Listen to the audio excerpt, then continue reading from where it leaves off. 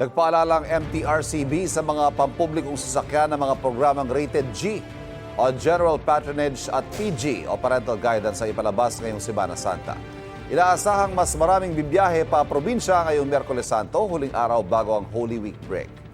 Live mula sa Parañaque, may unang balita si Jomer Apresto. Jomer. Ivan, good morning. Tuloy-tuloy ang pagdagsa dito sa PITX ng mga pasahero pauwi ng mga lalawigan ngayong Miyerkules Santo. Sa pag-ikot ng GMA News, kapansin-pansin na marami sa mga pasahero dito dito na sa loob ng terminal nagpalipas ng gabi.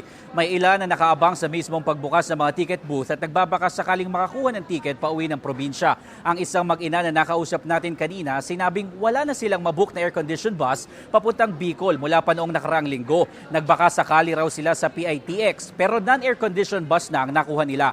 Batay sa datos ng PITX noong nakaraang Lunes, umabot sa mahigit 191,000 ang bilang ng kanilang mga pasahero. Umabot naman sa mahigit 196,000 ang mga pasahero ng PITX kahapon. Marami kasing pasahero ngayon ang pinili na lang sumakay ng bus kaysa magdala o magrenta ng sasakyan dahil sa taas ng presyo ng petrolyo.